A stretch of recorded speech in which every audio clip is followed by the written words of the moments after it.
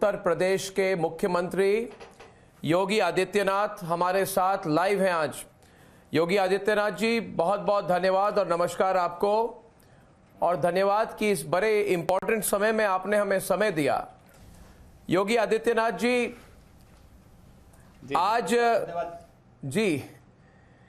आज 16 दिन हो गए किसान आंदोलन को। आपने 7 नवंबर को आपने कहा था कि ऑपोजिशन किसानों के कंधे का इस्तेमाल करके देश में अशांति फैला रहा है, और दूसरी तरफ ये लोग कह रहे हैं कि भारतीय जनता पार्टी, योगी आदित्यनाथ किसानों की आवाज नहीं सुन रहे, और एक पूरी नैरेटिव बन रही है अभी कि बीजेपी किसान विरोधी है। तो इसका समाधान क्या है? समाधान कैसे निकलेगा अगर दोनों साइड इतने हुए अड़े हुए रहेंगे अपने पोजीशन पर? तो समाधान कैसे निकलेगा योगी जी?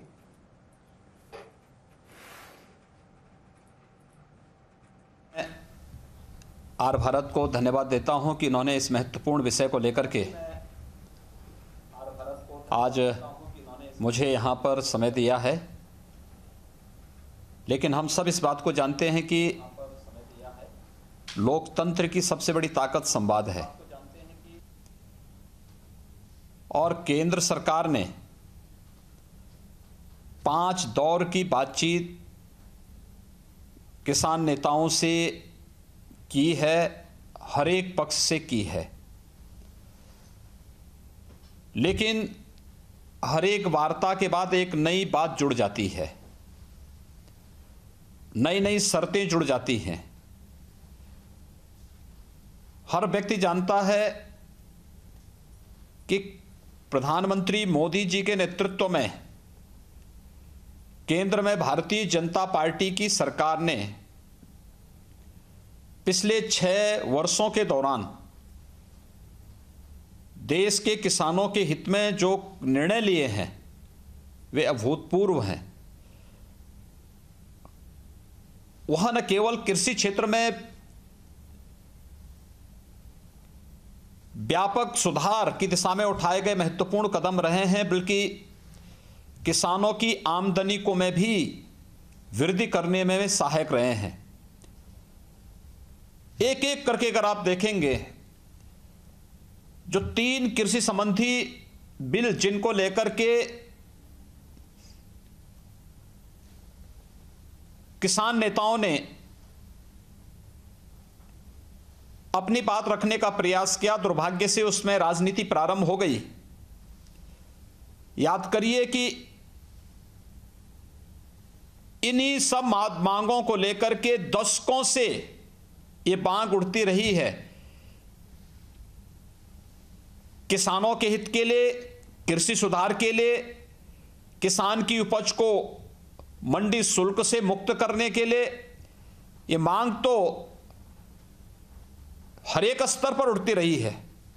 और मैंने पिछली बार ये एपीएमसी एक्ट के बारे में कहा था कि एपीएमसी एक्ट के में जो संशोधन की बात है, ये संशोधन की बात यूपीए सरकार के समय 2010 और 11 के दौरान कांग्रेस नेतृत्व की यूपीए सरकार में उस समय के कृषि मंत्री ने देश के सभी राज्यों के मुख्यमंत्रियों को पत्र लिख करके इस संशोधन के लिए कहा था। मुझे आश्चर्य होता है कि कांग्रेस ने अपने चुनाव घोषणा पत्र में 2019 में भी इस बात की घोषणा की। विभिन्न राज्य सरकारों ने इस संबंध में मांग की थी, क्योंकि यह किसानों के हित में है। किसान की उपज का दाम उसे मिले और एक स्वस्थ प्रतिस्पर्धा आगे बढ़ सके। किसान की उपज किसी भी समय, किसी भी स्थान पर किसान अपने अनुरूप उस उपज को बेच सके और उस पर कोई टैक्स ना लगे, कोई किसी प्रकार का कोई सेस ना लगे। यही गारंटी तो एपीएमसी एक्ट देश के किसानों को दे रहा है। आखिर इसको लेकर के इतना हाई तौबा क्यों? और विपक्ष में जो नेता हमारे भोले भाले किसानों के कंधों पर बंदूक रख करके निशाना साधने का कुत्सित प्रयास कर रहे हैं, इन सब के पिछले स्टेटमेंट को पढ़िए, इन सब के पिछले स्टेटमेंट को थोड़ा पढ़िए। इसमें से हर व्यक्ति या तो कांग्रेस सरकार थी, कांग्रेस नेतृत्व की सरकार 2010-11 में थी, उस सरकार के कृषि मंत्री पत्र लिखते हैं। 2014 में श्री राहुल गांधी के बयान, जब दिल्ली में कांग्रेस की शीला दीक्षित की सरकार वहां पर चुनाव हारी थी, उसके बाद उनके बयान। 2019 के कांग्रेस का घोषणा पत्र हो, संसद की कृषि संबंधी अस्थायी समिति की बैठक में समाजवादी पार्टी, टीएमसी, अकाली दल या फिर अन्य राजनीतिक दलों, चाहे वह दक्षिण में डीएमके हो, इन सब ने इस एक्ट में संशोधन की बात स्वीकार की थी और उसका समर्थन किया था। और जब केंद्र सरकार ने कदम उठाया है किसानों के हित में, तो आज यही लोग विरोध करके किसानों को उकसाने का प्रयास कर रहे हैं। ये नहीं चल सकता है कि कड़वा कड़वा थू और मीठा मीठा गप, ये नहीं चलेगा। हमें इस बात में ध्यान रखना होगा कि मगर कृषि क्षेत्र में किसानों के उन्नयन के लिए और कृषि के व्यापक हित में केंद्र सरकार के द्वारा जो प्रयास प्रारंभ हुए हैं, हमें उस अभियान के साथ जोड़ना चाहिए। इसमें देश के कृषि क्षेत्र का भी हित है और किसानों का भी हित इसके साथ जुड़ा हुआ है।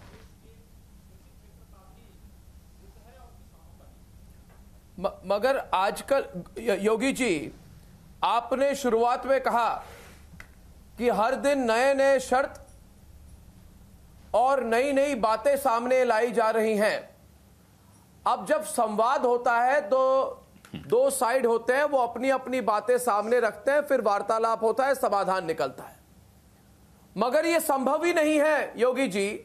जब संवाद हो रहा हो तब अगर बाहर से लोग भ्रम फैलाएं, अगर बाहर से लोग टोकें, अगर बाहर से लोगों को डराएं और इस तरह का तनावपूर्ण माहौल बना के रख दें कि देखिए भारत बंद हो जाएगा। भारत बंद नहीं हुआ योगी जी। अभी कह रहे हैं कि राजधानी को बंद कर देंगे, घेर देंगे, भारतीय जनता पार्टी के मंत्रियों को घेरेंगे, रास्ते बंद कर देंगे, चक्का जाम करा देंगे। तो मेरा आपसे यह सवाल है कि इस माहौल में क्या समाधान हो सकता है? बातचीत तो हुई थी मगर बंद हो गई। अब बातचीत औपचारिक तौर से कब शुरू होगी? क्या तब शुरू हो सकती है जब कोई कहे कि हम 14 तारीख को राजधानी को घेर देंगे, बंद कर देंगे? इस माहौल को कैसे बदला जाएगा योगी जी? इसके लिए आप क्या कर सकते हैं? मोदी सरकार क्या कर सकती है? देखिए, मैंने पहले भी कहा, हम सब भारत की लोकतांत्रिक प्रणाली पे पूरी आस्था रखते हैं। गांव के लिए, गरीब के लिए, किसान के लिए, नौजवान के लिए, महिलाओं के लिए 6 वर्षों के दौरान जितना कार्य मोदी सरकार ने किया है, आजादी के बाद इस देश के अंदर 55 वर्षों तक शासन करने वाले दलों ने भी उतना कार्य नहीं किया। और ये जो कार्य किसानों के व्यापक हित में किए गए हैं, प्रधानमंत्री फसल बीमा की योजना हो, प्रधानमंत्री कृषि सिंचाई की योजना हो, लागत का 1.5 गुना दाम किसानों को देने के लिए 24 जिन्स की एमएसपी की घोषणा रही हो, प्रधानमंत्री किसान सम्मान निधि, किसान की आर्थिक बेहतरी के लिए किए गए प्रयास रहे हों, यानी मृदा परीक्षण की कार्रवाई के लिए जगह जगह टेस्टिंग लैब स्थापित करने का कार्य रहा हो, ये सभी कार्य तो प्रधानमंत्री मोदी जी के नेतृत्व में केंद्र की यूपीए सरकार जिस कार्य को प्रोत्साहित करती थी, प्रधानमंत्री मोदी जी के नेतृत्व में उन सभी कार्यों को किसानों के हित में, कृषि क्षेत्र की बेहतरी के लिए और किसानों के आर्थिक उन्नयन के लिए किया गया। याद रखिए, जब 2014 में इस देश के अंदर 4 से 14 के बीच में लाखों किसानों ने आत्महत्या की थी, तब प्रधानमंत्री मोदी जी ने एक बात कही थी और उन्होंने कहा था कि 2022 तक देश के अंदर किसानों की आमदनी को दुगना करने के लिए हम कार्य करेंगे। इसके लिए उन्होंने जो प्रयास प्रारंभ किए, मृदा परीक्षण के कार्य रहे हों, फसल बीमा योजना की घोषणा रही हो, प्रधानमंत्री कृषि सिंचाई की योजना रही हो, या फिर एमएसपी या समय पे बीज और खाद किसान तक उपलब्ध कराने का कार्य रहा हो, या फिर प्रधानमंत्री किसान सम्मान निधि, ये सभी खेती, किसानी और किसानों के हित में लिए गए निर्णय हैं। लेकिन अगर कहीं गतिरोध आता है तो भी याद करिए, पिछले 16 दिन के दौरान केंद्र सरकार ने एक बार नहीं 5-5 बार केंद्र सरकार के वरिष्ठ मंत्रियों ने किसान प्रतिनिधियों के साथ संवाद बनाया, बातचीत की, और बातचीत सौहार्दपूर्ण माहौल में होती है। समस्या का समाधान लोकतंत्र में संवाद से होता है, लेकिन जब आप संवाद स्वयं बाधित करने का प्रयास करेंगे और कुछ निहित स्वार्थी तत्वों को, जो किसानों का हित नहीं चाहते हैं, जो भारत आज खाद्यान्न के क्षेत्र में आत्मनिर्भरता के लक्ष्य को प्राप्त करके सरप्लस खाद्यान्न उत्पादन कर रहा है, इसमें निस्संदेह देश के किसानों का बहुत बड़ा योगदान है। अभिनंदनीय है देश के किसान, खासतौर पर पंजाब, हरियाणा, पश्चिमी उत्तर प्रदेश और देश का वह किसान जो अन्नदाता किसान देश को आत्मनिर्भर बनाया है खाद्यान्न उत्पादन में। लेकिन इस खाद्यान्न उत्पादन के लिए जितनी बेहतरी और जितनी बेहतर सुविधाएं पिछले 6 वर्ष के दौरान दी गई हैं, याद करिए, इससे पहले तो इस प्रकार के कार्यक्रम नहीं चले थे। और इन कार्यक्रमों को देखते हुए हमें यह भी देखना चाहिए कि जब केंद्र सरकार बार बार इस बारे में कह रही है कि किसान की खेती और किसान का हित हमारे लिए सर्वोपरि है, किसानों की खेती को बंधक नहीं बनने देंगे, अनावश्यक मुद्दों को बीच बीच में डाल करके जो लोग नहीं चाहते समस्या का समाधान हो, वे लोग एक डेडलॉक की स्थिति बनाने का प्रयास कर रहे हैं। और इसलिए हर वार्ता के पहले कुछ ऐसे सगुपे छोड़े जाते हैं जिससे वार्ता सफल न होने पाए। मेरी भी किसान नेताओं से, उनके प्रतिनिधियों से सबसे अपील होगी, ये कैसे मुद्दे हैं योगी जी कि हम पिछले 2 मिनट आपसे पूछना चाहता हूं। आपने दोबारा इन बातों पर आपने एक तरह से आपने इस पर कहा अनावश्यक मुद्दे। पहले, इसके पहले आपने कहा नए शर्त, यानी कि आप कह रहे हैं कि एक साइड में आप लोग बात करने को तैयार है मगर एक डेडलॉक की सिचुएशन बनाने की कोशिश की जा रही है। मैं चाहता हूं योगी जी, आप स्पष्ट रूप से, जो आर भारत के दर्शक हैं, रिपब्लिक मीडिया नेटवर्क के दर्शक हैं, जो किसान इस प्रोग्राम को देख रहे हैं, उनको बताएं कि अनावश्यक वो कौन से मुद्दे हैं। क्योंकि जो जरूरी मुद्दे हैं वो है एमएसपी वाला मुद्दा, वो जरूरी मुद्दे हैं कि किसानों की जमीन कॉर्पोरेट के हाथ पे नहीं दी जाएगी, मंडियां बंद नहीं होंगी, और बड़ी बड़ी कंपनियां, जो इन्होंने कहा है अंबानी अडानी, किसानों को अपने मोहताज नहीं कर देंगे। ये बड़े मुद्दे हैं। अब ये आप जरा बताइए हमारे दर्शकों को कि अनावश्यक वो कौन से मुद्दे हैं जिससे अड़चन डालने की कोशिश और डेडलॉक की स्थिति बनाने की कोशिश हो रही है, क्योंकि बहुत किसान इस प्रोग्राम को देख रहे होंगे। देखिए, अर्णव जी, आप इस बात को जानते हैं कि आत्मनिर्भर भारत के अंतर्गत कृषि इंफ्रास्ट्रक्चर के लिए प्रधानमंत्री मोदी जी ने अभी हाल ही में 1 लाख करोड़ रुपए की घोषणा की। 1 लाख करोड़ रुपए की घोषणा,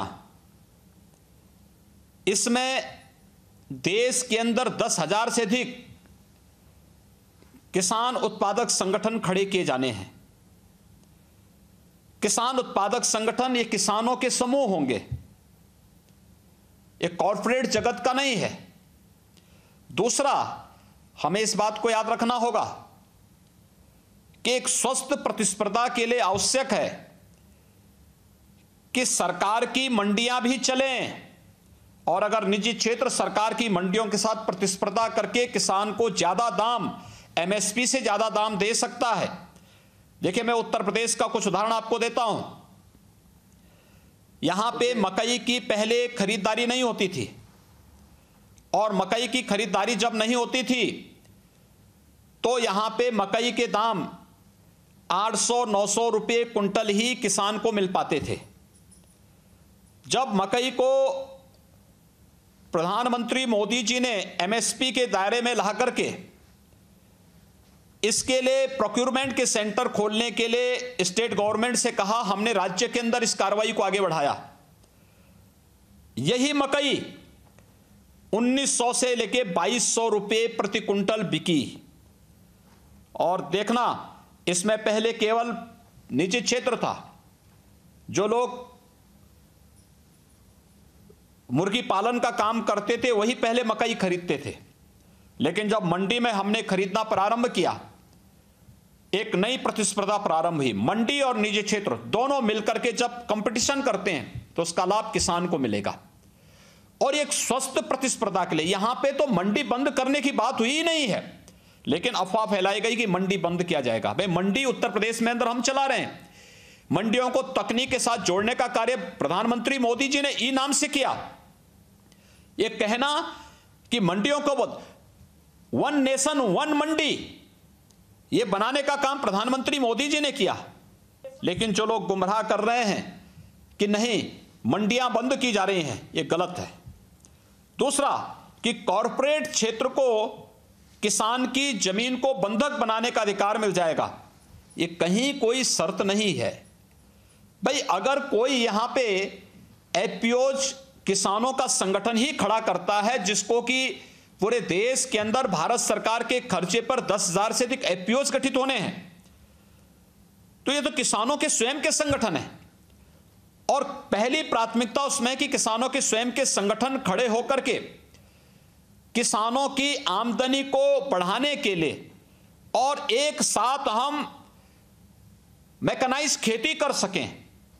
आज अगर 10,000 एकड़ की कोई 10,000 हेक्टेयर का कोई एक रकबा है, और इसमें आज के दिन पर अगर 10,000 किसान खेती कर रहे हैं, अगर इसी खेती के लिए हम लोग एक आपस में संगठन गठित करके, किसान उत्पादक संगठन गठित करके, अगर इस पूरी खेती को 100 लोग मिलकर के मैकेनाइज खेती के साथ जोड़ दें, और शेष अन्य लोग किसी न किसी कोई फूड प्रोसेसिंग के साथ जुड़ जाए, कोई पराली से जुड़ी हुई समस्या के समाधान के साथ जुड़ जाए, कोई जितने भी खरपतवार होते हैं उससे उत्पन्न होने वाले बायोफ्यूल के साथ जुड़ जाए, कोई बीज के प्रोसेसिंग के साथ जुड़ जाए, कोई इसको मार्केट तक पहुंचाने के लिए जुड़ जाए, अलग अलग कार्य अलग अलग लोगों तक पहुंच जाए, और बाद में मुनाफा खेती के रकबे के हिसाब से वितरित हो जाए।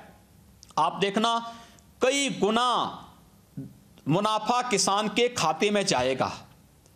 इसको कॉर्पोरेट से जोड़ना आवश्यक नहीं, यह आवश्यक नहीं कि कॉर्पोरेट ही वहां पर उस जमीन, और फिर यह तो किसान की शर्त पर होना है।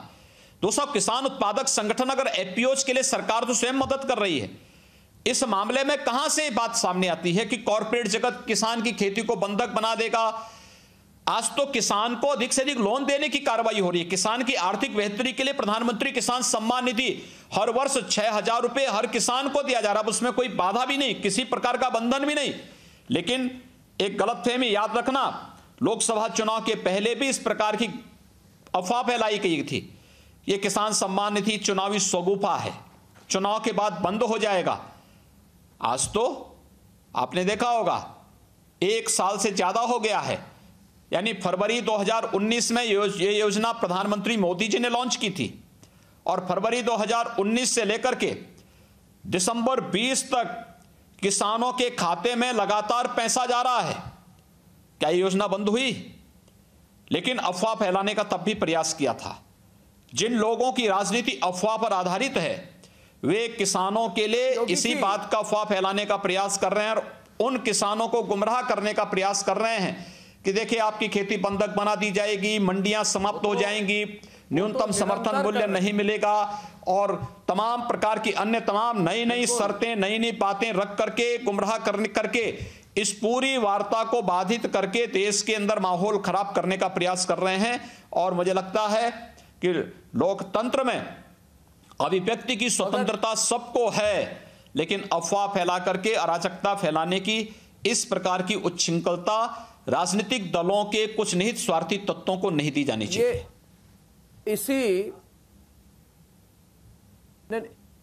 इसी मामले पर मेरा अगला सवाल यह है कि योगी जी, एक इसमें प्रॉब्लम यह है कि किसान नेता कौन है और नेता कौन है। ये जो किसान आंदोलन चल रहा है इसमें आजकल मैंने देखा है पिछले 1 हफ्ते में कि किसान की जगह नेता ज्यादा नजर आ रहे हैं। 10 दिन पहले नेता कहते थे हमारा इसके साथ कोई लेना देना नहीं है, फिर जिन लोगों को 100 वोट भी नहीं मिलती है लोकसभा इलेक्शन में वो वहां पहुंच गए, योगेंद्र यादव, ये मेधा पाटकर जैसे लोग।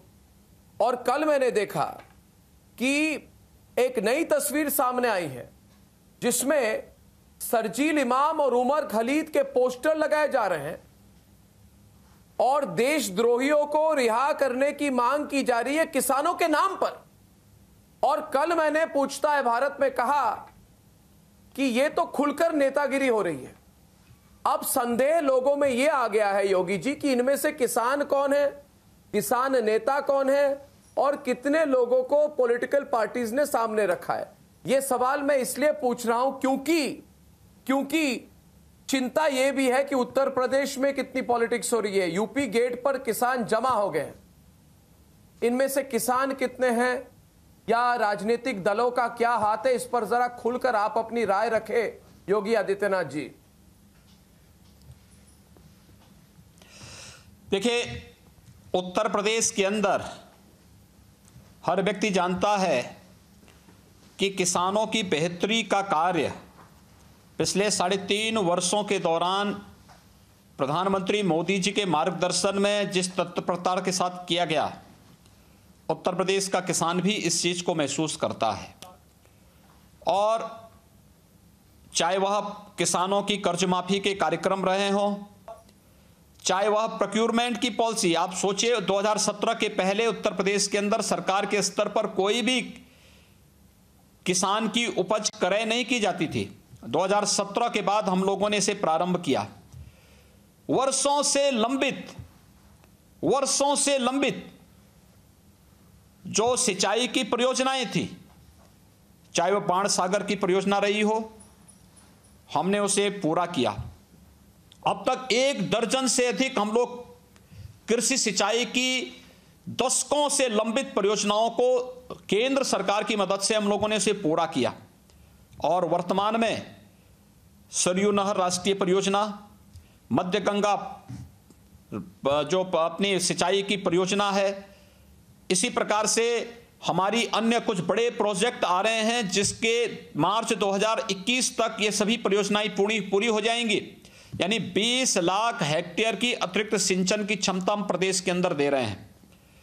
प्रदेश के अंदर पिछले 3-3.5 वर्षों के दौरान गन्ना किसानों को हम लोगों ने 1,12,000 करोड़ रुपए से अधिक का गन्ना मूल्य का भुगतान किया। कोरोना कालखंड के अंदर 119 चीनी मिलों को भी हम लोगों ने संचालन किया, जहां पे किसानों की मांग थी कि खांडसारी उद्योग को यहां पे आगे बढ़ाया जाए। हमने उसे लाइसेंस फ्री मुक्त करते हुए ऑनलाइन लाइसेंस जारी करने शुरू कर दिए। यहां पे किसानों के सिंचाई के लिए बिजली की समस्या का समाधान, 16 से 18 घंटे विद्युत की आपूर्ति किसानों को उनकी खेती के लिए किया जा रहा है। कहीं कोई समस्या नहीं। लेकिन जो आपने कुछ चेहरों को यहां पर मेरे सामने बताया है, जिनकी खेती किसानी से कोई मतलब नहीं, जो लोग हमेशा हर उस अराजक घटना में जिनके चेहरे देखने को मिलते हैं, वे लोग फिर उकसाने के लिए, मैं इसीलिए शुरू दिन से कह रहा हूं कि किसानों के कंधे में, भोले भाले किसानों के कंधों में बंदूक रख करके जो लोग अराजकता फैला देने का प्रयास कर रहे हैं, ये स्वीकार नहीं किया जाएगा। और वे लोग हैं जो जनता के द्वारा ठुकराए गए लोग हैं, वे चेहरे जो लगातार हर एक जगह इस प्रकार की हरकतें करते रहते हैं, वे लगातार इस प्रकार की, उसमें आज भी आप देख रहे होंगे, आखिर एपीएमसी एक्ट को लेकर के संशोधन की बात, इसमें अमेंडमेंट की बात योगेंद्र यादव जैसे लोग भी करते थे पहले, लेकिन इनको खेती किसानी से जब कोई जानकारी हो और कोई मतलब हो तब ये करें। लेकिन जहां भी कोई ऐसा कार्य हो जो ये लोग भड़का सकें देश के खिलाफ, समाज के खिलाफ, व्यवस्था के खिलाफ, जनता का समर्थन नहीं, दूसरे के कंधे पर बंदूक रख करके ये लोग वहां पे निशाना साध करके अपना उल्लू सीधा करना चाहते हैं। और उन तत्वों के पक्ष में नारेबाजी करना जिनका पिछला अतीत बहुत ही दागदार रहा है, ये बहुत दुर्भाग्यपूर्ण बात है। और इसीलिए हमने बार बार किसानों, जिस दिन भारत सरकार ने 3 कृषि संबंधी बिल पास किए थे, मैंने प्रदेश के किसान संगठन के तमाम नेताओं को बुलाकर के स्वयं उनसे बातचीत की थी। उसमें से बहुत सारे किसान संगठनों ने इस बारे में उस समय इस बात पर खुशी व्यक्त की थी कि साहब ये कृषि संबंधी संशोधन की बात तो चौधरी साहब भी क्या करते थे, और अच्छा होगा, हम प्रधानमंत्री मोदी जी का अभिनंदन करते हैं, उसकी पेपर कटिंग है, उस समय मीडिया में दे गए उनके वक्तव्य हैं। लेकिन अचानक फिर किसी एक दूसरे प्रवाह के साथ चली जाना, ये अच्छी स्थिति नहीं मानी जा सकती है। और मैं फिर अपील करूंगा सभी किसान संगठनों से कि संवाद से समस्या का समाधान होगा। जो लोग कंधे पर बंदूक रख रहे हैं, इनका उद्देश्य कृषि क्षेत्र में क्रांतिकारी परिवर्तन हो, ये नहीं है। इनका उद्देश्य किसानों की आर्थिक समृद्धि हो, ये भी नहीं है। ये लोग भारत को खाद्यान्न के क्षेत्र में आत्मनिर्भरता के इस लक्ष्य में खुश नहीं हैं, क्योंकि जो अभूतपूर्व कार्य हुआ है खेती किसानी के क्षेत्र में, किसानों के सामर्थ्य से, उनके पुरुषार्थ से, अन्नदाता किसानों ने जो अभूतपूर्व कार्य किया है, ये लोग उसको अच्छा नहीं मानते, क्योंकि इसमें से बहुत सारे चेहरे ऐसे हैं जो वास्तव में उन कॉरपोरेट क्षेत्र के मोहरे हैं जो कृषि क्षेत्र में सुधार नहीं चाहते, किसानों की आर्थिक समृद्धि नहीं चाहते। जो लोग किसानों सरकार के द्वारा एमएसपी घोषित करने के बाद किसानों को मिलने वाली, योगी जी आपने जो बड़ी बात एमएसपी का लाभ है, योगी जी उसमें आपने पहले बहुत बड़ी बात डालते थे, लेकिन जब आप जो आपने कही अपनी डीबीटी के माध्यम से पैसा उनको मिलना प्रारंभ हो गया है, तो स्वाभाविक रूप से उनको बुरा लगेगा। नहीं, आपने बहुत बड़ी बात कही। आपने कहा कि ये जो राजनीतिक दल हैं, जो ये कृषि में जो आप परिवर्तन लाने की कोशिश कर रहे हैं, आमदनी दोगुना करने की कोशिश कर रहे हैं, आपने अभी ये कहा कि ये अराजक जो तत्व हैं और जो पॉलिटिकल पार्टीज हैं, उनमें कई लोग हैं जो कॉरपोरेट मोहरे हैं। आप कह रहे हैं वो कॉरपोरेट ग्रुप्स के लिए काम कर रहे हैं, वो किसान विरोधी हैं। आपने उल्टा उन पर निशाना डाला है। उस पर जरा और डिटेल में कहें, आपको ऐसा क्यों लगता है योगी जी कि जो अराजक तत्व है, जो कह रहे भारत बंद कर दो, राजधानी बंद कर दो, यूपी गेट में लोगों को जमा कर दो, हर बॉर्डर से दिल्ली को सराउंड कर दो, घेर दो, आप कह रहे इनमें से ऐसे लोग हैं जो कॉरपोरेट सेक्टर के मोहरे हैं। आपने ऐसा क्यों कहा? आपको ऐसा संदेह क्यों है?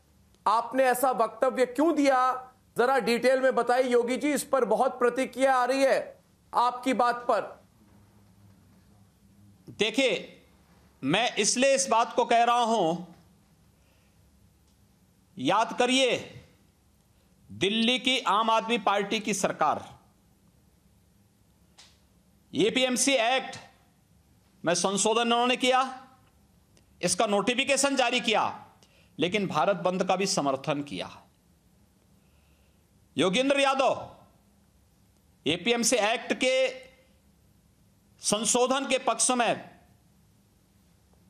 इनके अतीत में बयान आए हैं, लेकिन जब संशोधन हो गया तो ये भी जगह जगह भड़काने की कार्रवाई में शामिल होते हुए दिखाई दिए। हर एक जगह, ये पहली बार नहीं हो रहा है, इससे पहले भी ये लोग करते रहे हैं।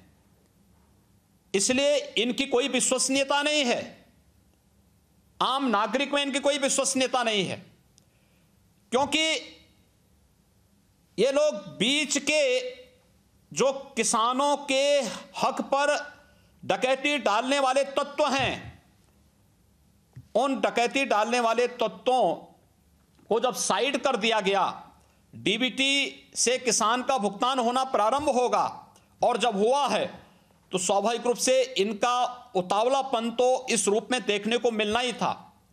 हम लोग भी इस बात को देख रहे थे कि किसान को, भाई जैसे उत्तर प्रदेश के अंदर ही पिछले 3 वर्ष से ही किसान को डीबीटी के माध्यम से उनके बैंक अकाउंट में पैसा जाना शुरू हुआ, प्रोक्योरमेंट शुरू हुआ, गन्ने का पेमेंट किसान के खाते में सीधे जाना प्रारंभ हुआ, नकदी लेन देन बंद हुआ। तो जो बीच का लेन देन था, ये लेन देन जब बंद हुआ तो ये लेन देन बंद होने के कारण इनकी चिढ़ तो स्वाभाविक थी, तो ये कहीं ना कहीं अपना गुस्सा तो निकालेंगे। भोले भाले किसान के कंधे पर बंदूक रख करके, इसलिए पहले आप याद करिए एक एक बात को, कहा गया कि हम भारत कोई भी ऐसा काम नहीं करेंगे जिसमें अनावश्यक रूप से राजनीति करने का अवसर मिले, लेकिन बाद में राजनीतिक दलों की घुसपैठ इसमें होती गई। भारत बंद की घोषणा की गई, भारत बंद के नाम पर जिस प्रकार के वक्तव्य दिए गए, देश की जनता ने उसका जवाब भी दे दिया। इसके बाद फिर जिस प्रकार से नई नई शर्तों को उसके साथ जोड़ा जा रहा है, और बातचीत के लिए एक संवाद होता है, वार्ता की टेबल पे कोई मुद्दे रखे जाते हैं, न कि हम पहले ही घोषणा कर दें कि नहीं ये चीज, ये पहले घोषणा हो जाए तो हम बातचीत करेंगे। संवाद साधने से सदता है और उसका समाधान का रास्ता वहीं से निकलता है। लेकिन कुछ लोग हैं जो भोले भाले किसानों को गुमराह करके अपना राजनीतिक उल्लू सीधा करना चाहते हैं, और वह नहीं चाहते कि कृषि क्षेत्र की जो व्यापक संभावनाएं भारत के अंदर हैं, तकनीक के साथ जोड़ने के लिए, खेती की विविधीकरण को लेकर के, कृषि क्षेत्र के भारत के उत्पाद को अंतर्राष्ट्रीय बाजार तक पहुंचाने के लिए, ये सभी जो कार्यक्रम पिछले 6 वर्षों के अंदर जिस त्वरित गति से प्रारंभ हुए हैं, जिन लोगों को ये सब अच्छा नहीं लगता है कि भारत का किसान भी समृद्धि का स्वाद चख सके, वे लोग जी इस प्रकार के आंदोलन को भड़का करके अव्यवस्था और अराजकता पैदा करना चाहते हैं, और मुझे लगता है कि अव्यवस्था और अराजकता भारत की जनता स्वीकार नहीं करेगी। 2 सवाल और योगी जी, 2 सवाल और। पहला सवाल ये कि मुझे अभी भी समाधान नहीं दिख रहा है, कारणवश यूं, क्योंकि अगर आप 100 गुटों के साथ बात भी करेंगे, 100 किसान नेताओं के साथ बात भी करेंगे, तो और 12 या 20 आ जाएंगे जो कहेंगे हम इस बात को नहीं मानते। अब इस देश में कितने 100 किसान ग्रुप्स हैं, हर दूसरा आदमी अपने आप को किसान नेता कह रहा है। तो इस सिचुएशन में आप कैसे डिसाइड करेंगे किससे बात करेंगे और किससे नहीं? कहीं ना कहीं तो आपको डिसाइड करना पड़ेगा कि हम ये करेंगे, इतने लोगों से बात करेंगे, अगर समझ जाए तो समझ जाए, अगर नहीं समझे तो हमको जो करना है हम करते रहेंगे। तो एक वो पॉइंट कब आएगी? अभी भी बातचीत तो मुझे कहा गया है बंद पूरी तरह से नहीं हुई है, बैक चैनल बात चल रही है, मगर कितने लोगों के साथ बात करेंगे योगी जी? इस देश में कितने हजार किसान नेता हैं? आसाम, बंगाल, आंध्र प्रदेश, महाराष्ट्र के किसान नेता कह रहे हैं क्या हम किसान नेता नहीं है? हमारी बात कौन सुनेगा? हम इस एक्ट को चाहते हैं, मगर सरकार तो सिर्फ पंजाब और हरियाणा के किसान नेताओं के साथ बात कर रही है। तो सवाल वो भी उठता है, इस बात का हल क्या है फिर? आप कितने किसान नेताओं से कितनी बार बात करेंगे? ये मेरा पहला सवाल है।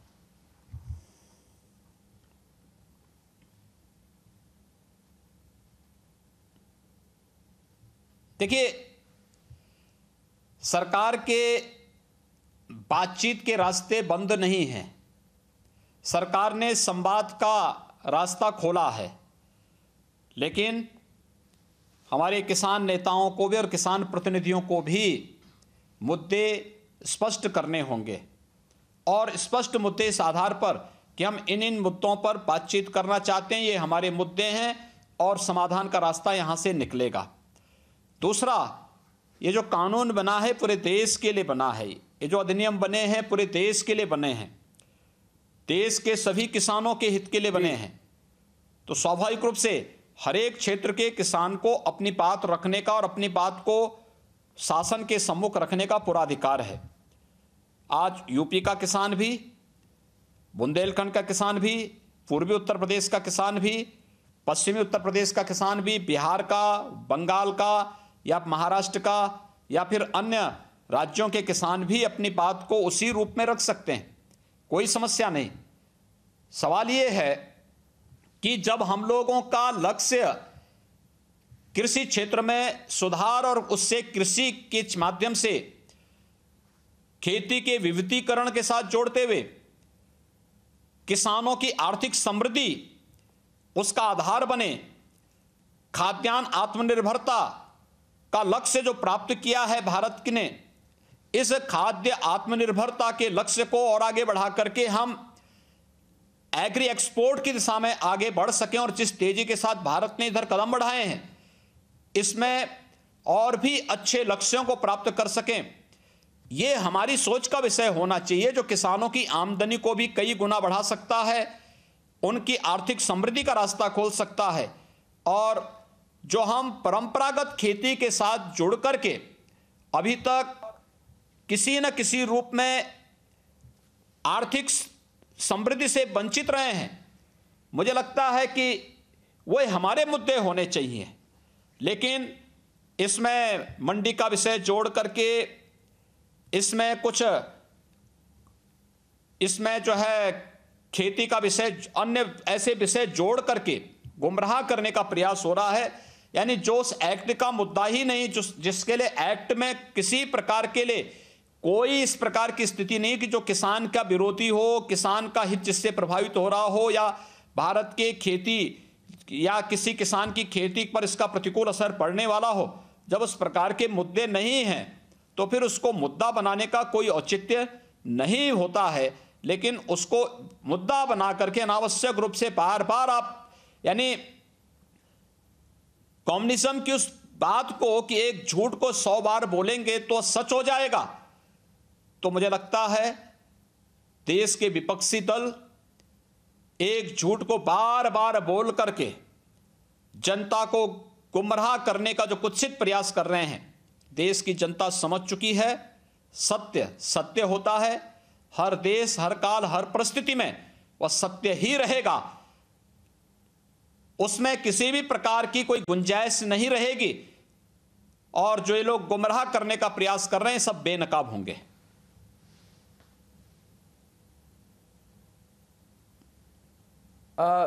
आपने इन लोगों के बारे में कहा, योगेंद्र यादव, ये जगमोहन सिंह पटियाला हैं, ये सब सीपीआई माओइस्ट के समर्थक हैं। किरणजीत सेखो हैं, ये भी सीपीआई माओइस्ट के साथ लिंक्ड है। हन्नन मोला है, सीपीआई एम के हैं। दर्शन पाल है, सीपीआई माओइस्ट के साथ लिंक्ड है, मगर अपने आप को किसान नेता कहते हैं। मैंने इन लोगों का नाम इसलिए लिया क्योंकि मेरा आखिरी सवाल आपसे योगी जी ये है कि मुझे लगता है उत्तर प्रदेश में और पूरे भारत में एक तरह से अनार्की, अराजकता, इसको फैलाने की पूरी कोशिश हो रही है।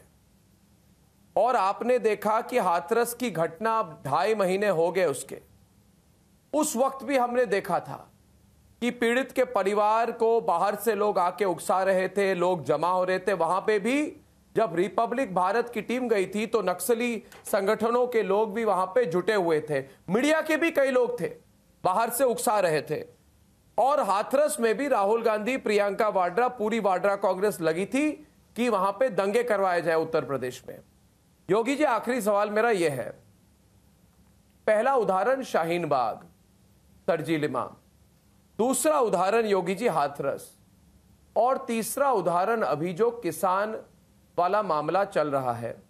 क्या आपको लगता है कि आपके राज्य उत्तर प्रदेश में ही नहीं, पूरे भारत में जो लोग इलेक्शन नहीं जीत सकते हैं, जिनको हमारे लोकतंत्र में विश्वास नहीं है क्योंकि वो चुनाव के रास्ते से लोकसभा या असेंबली नहीं पहुंच सकते हैं, सरकार नहीं बना सकते हैं, वो एक तरह से पैरेलल गवर्नमेंट बनाने की कोशिश कर रहे हैं कि बिना इलेक्ट हुए वो अपने से कंट्रोल करें, और जहां भी उनके इंटरेस्ट अफेक्ट हो जाए वहां पे मीडिया और ये सारे नक्सली, अर्बन नक्सली, टुकड़े टुकड़े गैंग के साथ मिलकर पूरे सरकार को, राज्य सरकार को, भारत सरकार को एक तरह से हाईजैक करने की कोशिश कर रहे हैं, दबाव डालने की कोशिश करें। इसका समाधान तो कुछ और होना होगा, या तो ये कोर्ट से मामला सुधर जाए या फिर सरकार को करे कठोर कदम उठाने होंगे, उत्तर प्रदेश में ही नहीं, राष्ट्रीय स्तर पर। आपको क्या लगता है? ये मेरा विचार है।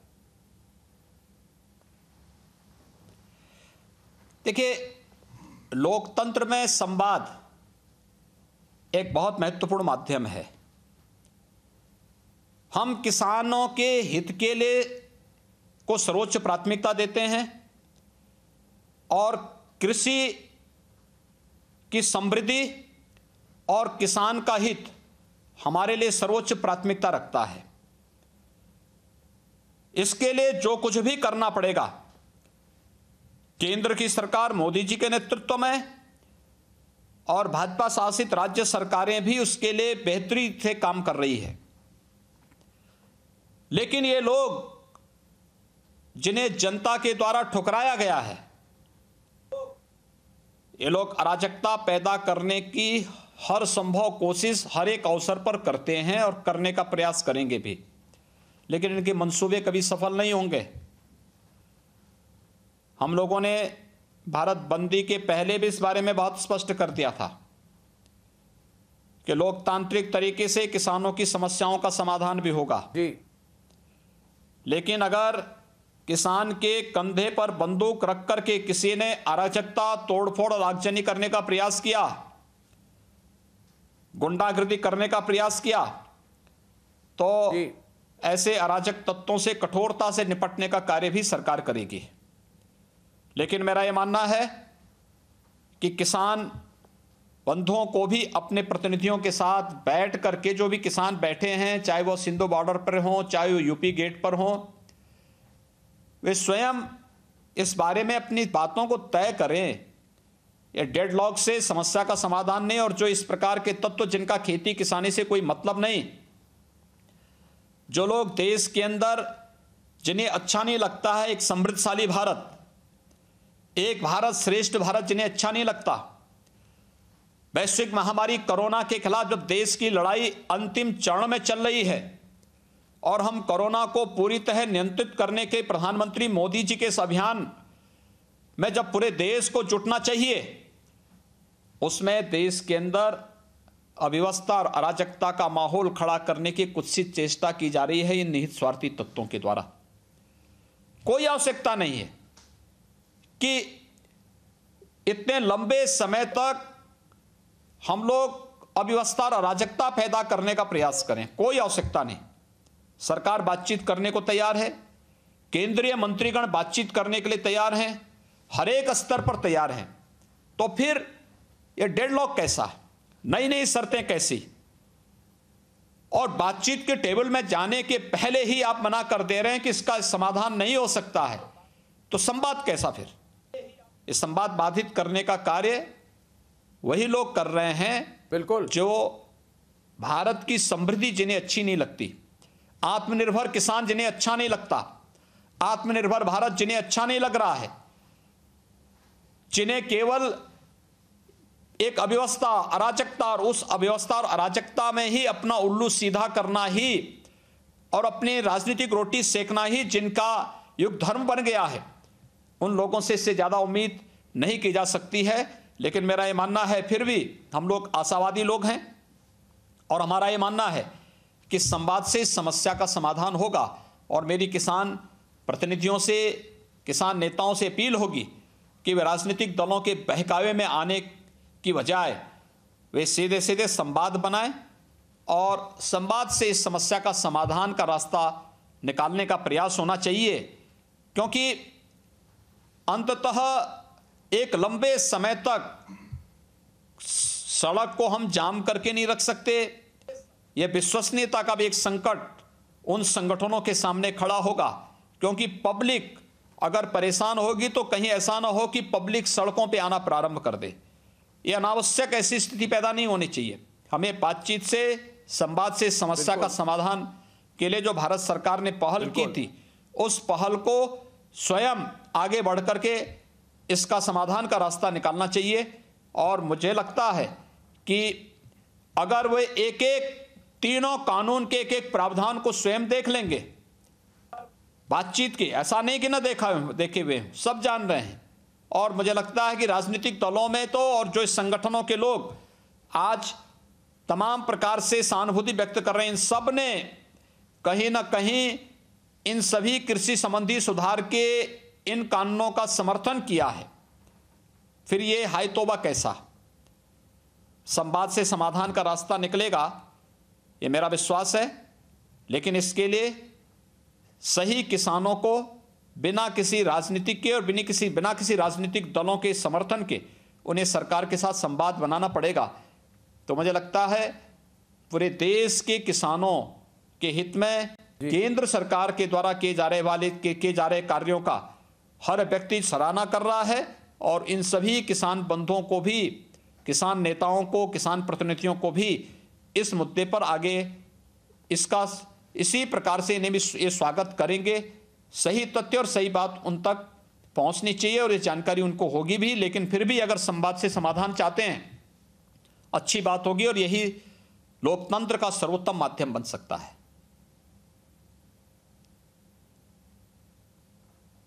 संवाद से ही समाधान होगा योगी जी, इस बात से मैं बिल्कुल अग्री करता हूं, मगर सही खबर भी उनको पहुंचानी होगी, किसानों को सही इंफॉर्मेशन देनी होगी। सरकार ने अपने जो प्रस्ताव सामने रखे हैं उस पर सही तरह से सब किसान और किसान संगठनों को इसके बारे में जानकारी देनी होगी, जो हम आर भारत में देंगे।